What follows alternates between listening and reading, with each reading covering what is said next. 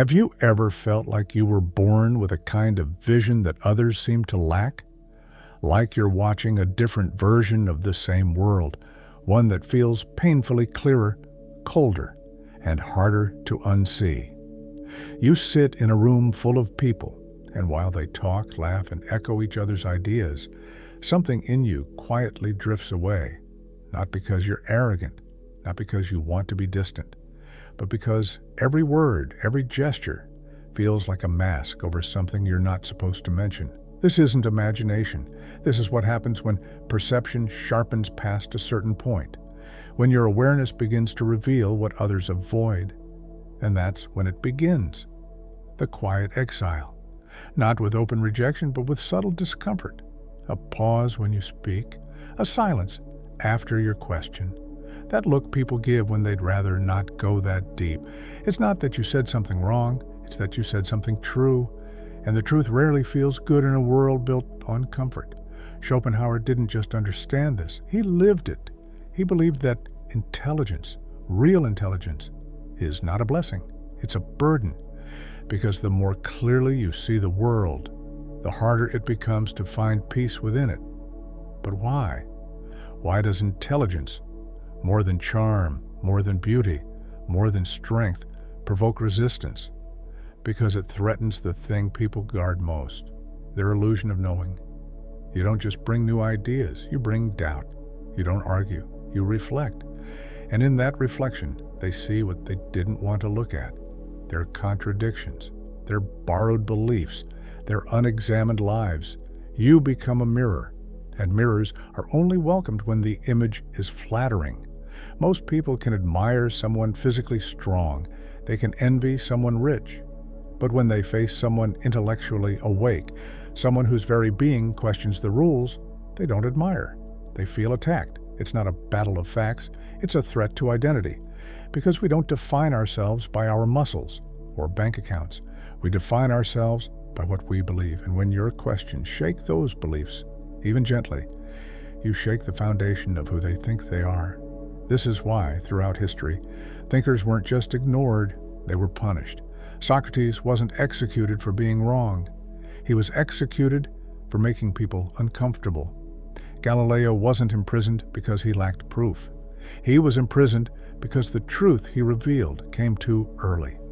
The crowd didn't want to hear it. The system couldn't afford it, and that hasn't changed.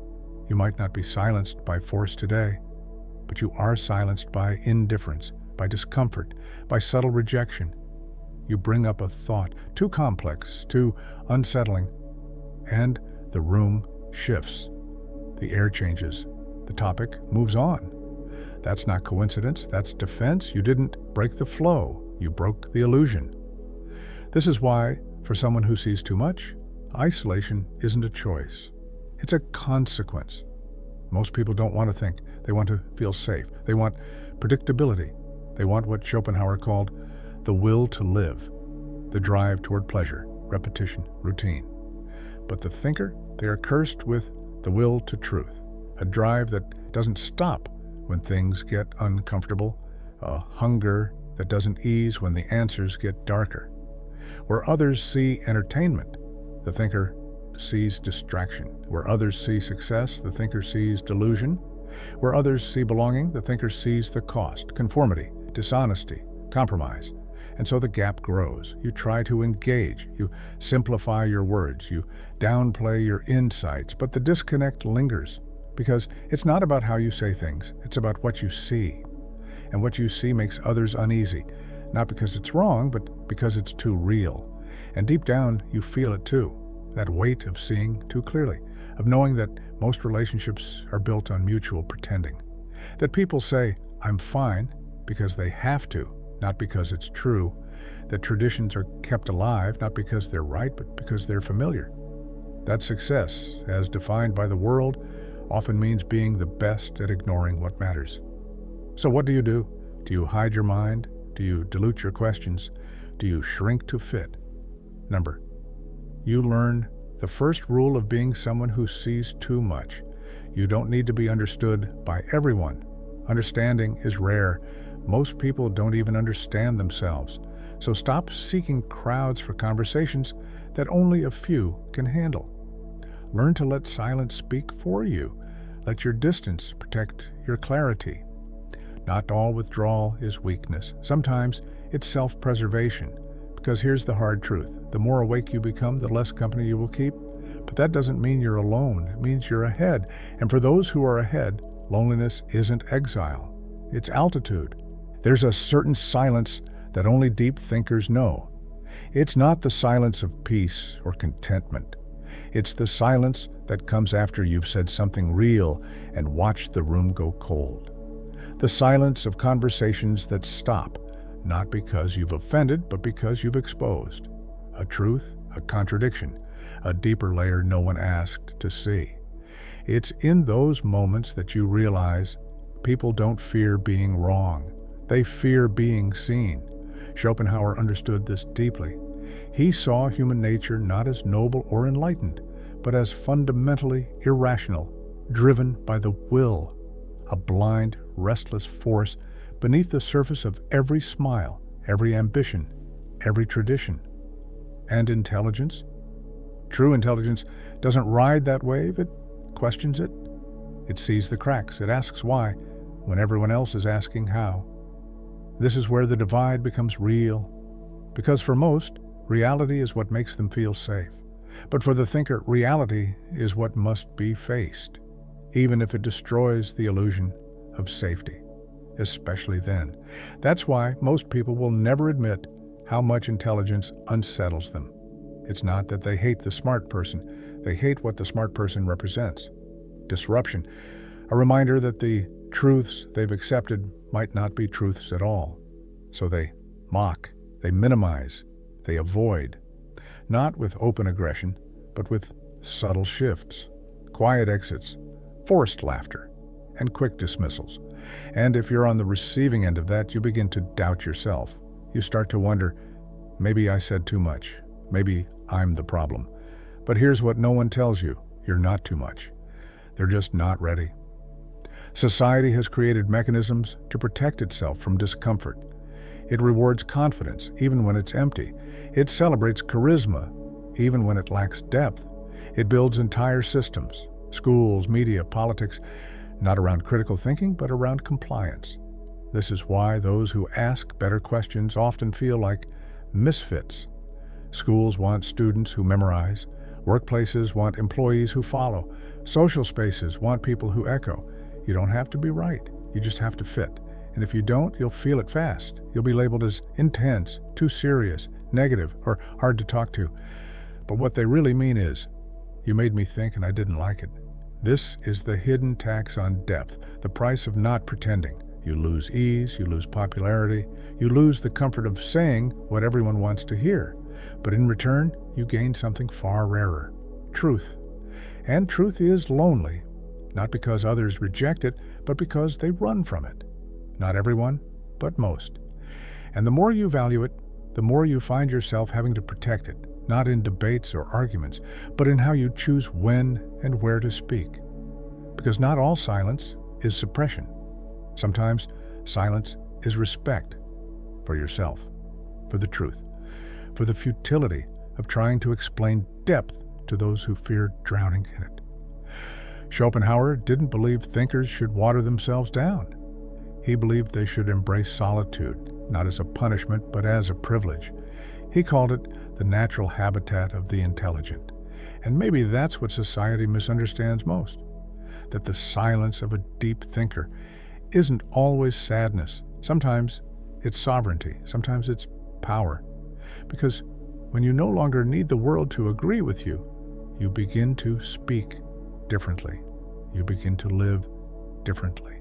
You stop chasing validation. You stop trying to be liked. You stop offering truth to those who trade it for comfort.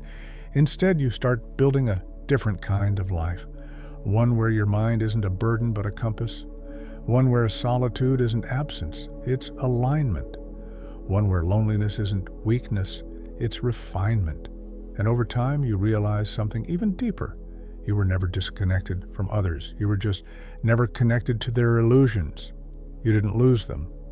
You lost the version of yourself that tried to belong by becoming someone you're not. And that's not loss. That's liberation. Look around long enough and you'll notice something strange. Society doesn't actually fear stupidity. It tolerates it. In fact, it often rewards it, so long as it comes with confidence. But what society does fear, what it instinctively resists, is intelligence that questions the script. Not intelligence used to climb ladders. That kind is safe. That kind plays the game. No, what society fears is intelligence with integrity. The kind that doesn't just think better, it thinks differently.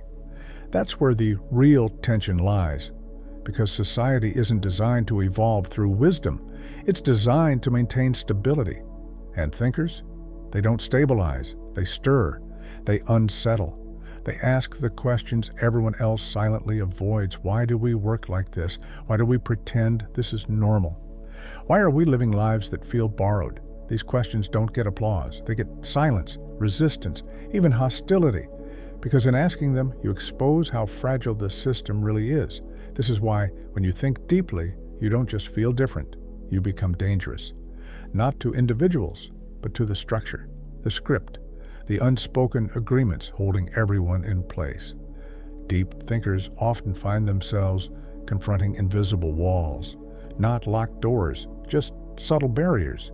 You're not denied entry. You're just never fully welcomed. People nod politely. They smile.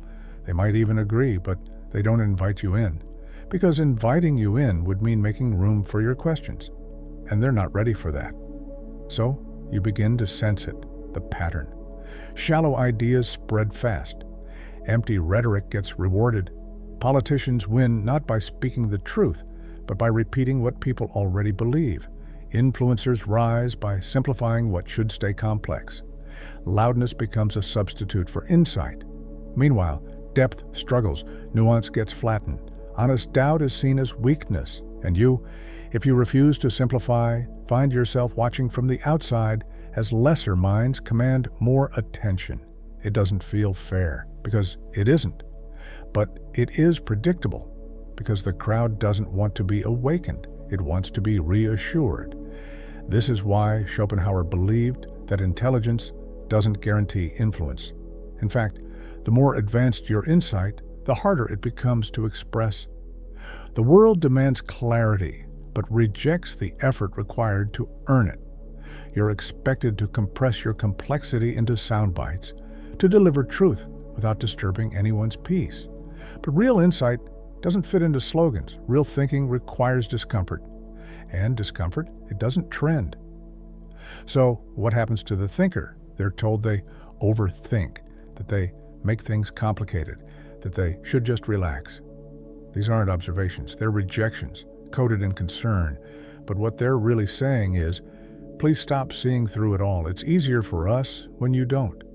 You become the person people admire from afar, but keep at a distance. They'll read your words, quote your thoughts, but they won't ask you what you really see, because they suspect the answer will cost them their comfort. And that's the quiet tragedy of insight. The more clearly you see, the harder it becomes to be seen.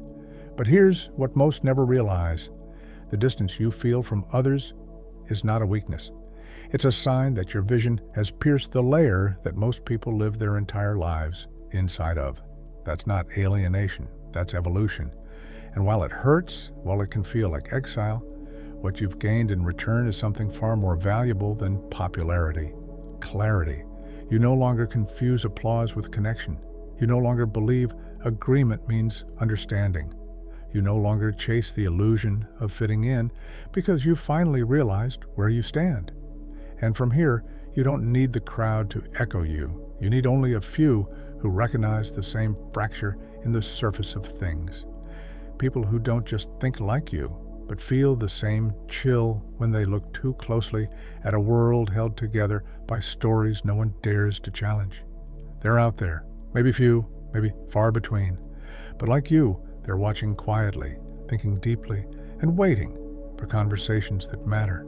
There's a strange kind of freedom that comes when you stop needing the world to make sense, when you stop expecting others to meet you at the same depth, when you stop trying to translate your inner clarity into language the surface world can understand.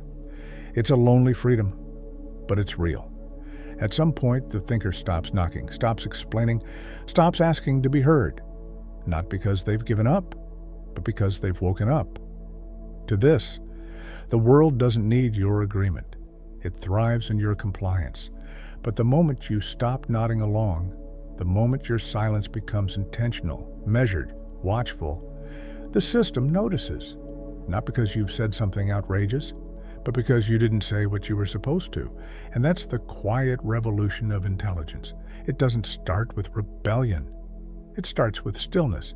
You don't storm the gates, you stop believing in the walls, you stop buying into the scripts, the status games, the small talk that pretends to be connection.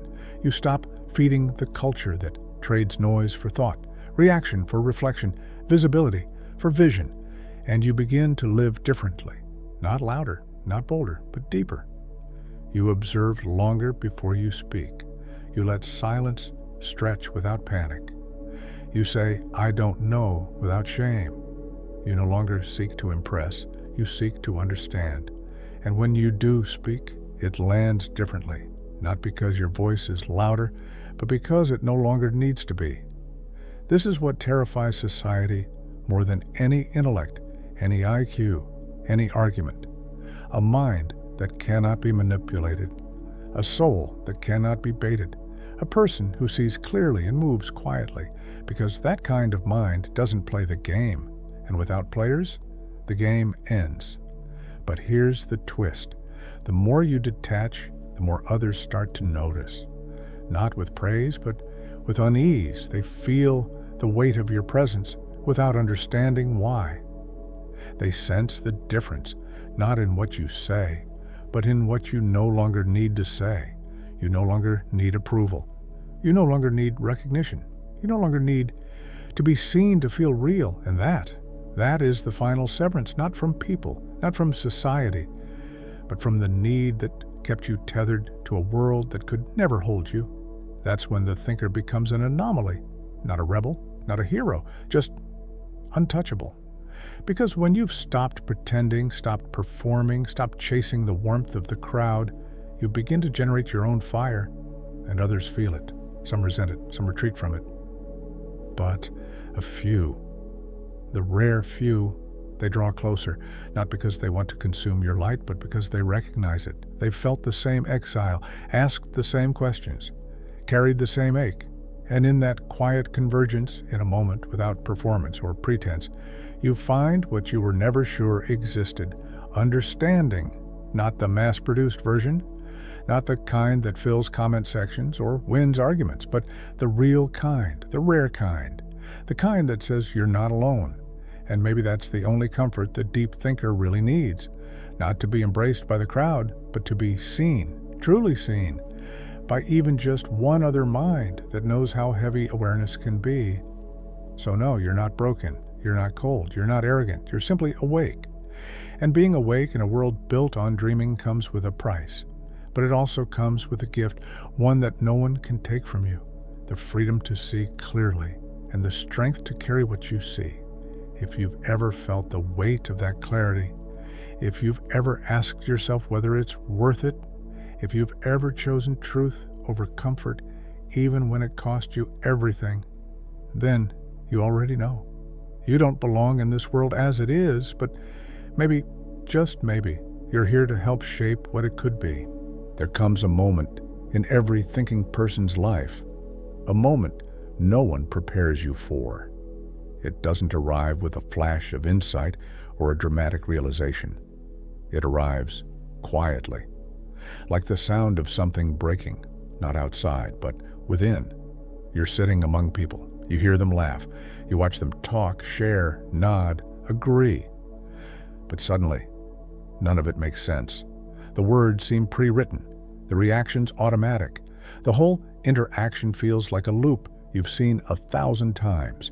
And suddenly, you're no longer inside it. You've stepped out of the scene, not physically, psychologically.